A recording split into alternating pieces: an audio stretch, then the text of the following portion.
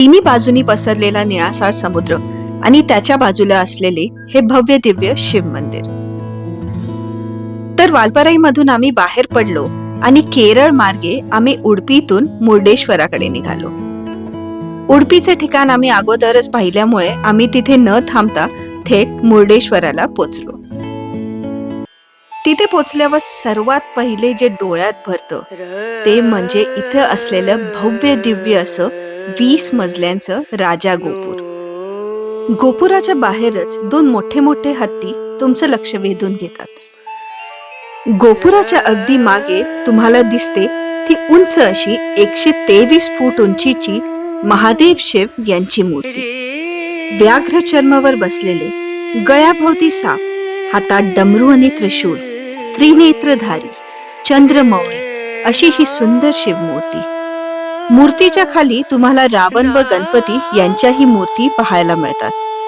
प्रसिद्ध उद्योजक RN शेट्टी यांनी मुर्डेश्वर या ठिकाणी गोपूर व ही शिवमूर्ती बांधून या क्षेत्राचा कायापालट केला. या ठिकाणाबद्दल अशी कथा सांगितली जाते की रावणाची आई एक नसीम शिवभक्त होती. त्यांच्यासाठी रावण भगवान शिव यांना घ्यायला कैलासाला गेले. भगवान शिव यांनी स्वतः न जाता रावणाला आपले आत्मलिंग दिले व त्याला सांगितले की या आत्मलिंगाला वाटेत कुठेही खाली ठेवलंस तर मी तिथे स्थापित होईल. वाटेत रावणाला गणपती जे लहान बालकाच्या स्वरूपात आलेले होते ते भेटले. संध्या स्नान करायची म्हणून रावणाने ते लिंग गणपती यांच्या हातात दिले व त्याला सांगितले की ह्याला खाली ठेवू नको.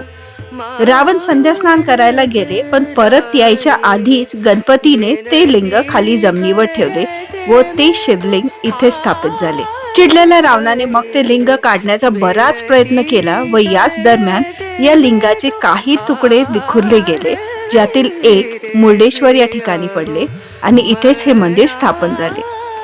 मुर्डेश्वराचे मूळ मंदिर अगदी पुरातन आहे. आजही तुम्ही दिव्यांच्या प्रकाशातच या मूळ लिंगाचे दर्शन करू शकता. बाहेर आपल्याला अनेक मूर्त्या दिसतात. मंदिर परिसर खूप शांत आणि सात्विक आहे.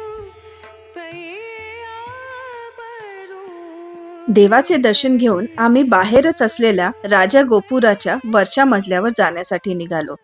वरच्या मजल्यावर जाण्यासाठी 2 लिफ्ट्स आहेत आणि त्या लिफ्ट मधून आम्ही 17व्या मजल्यावर पोहोचलो. वरून दिसणारं दृश्य मनमोहक आहे. खाली समुद्र किनारी अनेक नौका व पाण्याचा आनंद घेणारे भाविक व पर्यटक तुम्हाला दिसतात. संध्याकाळ होईल तसं हे दृश्य आणखीनच सुंदर दिसू लागतं. बराच वेळ मंदिरात घालवल्यानंतर आम्ही पुढच्या प्रवासाला निघणार होतो. मुर्डेश्वरला तुम्ही अनेक वॉटर ऍक्टिव्हिटीज करू शकता. Boating, kayaking, sunset view, snorkelling आणि हो, इथे तुम्ही स्कुबा डायव्हिंग ही करू शकता.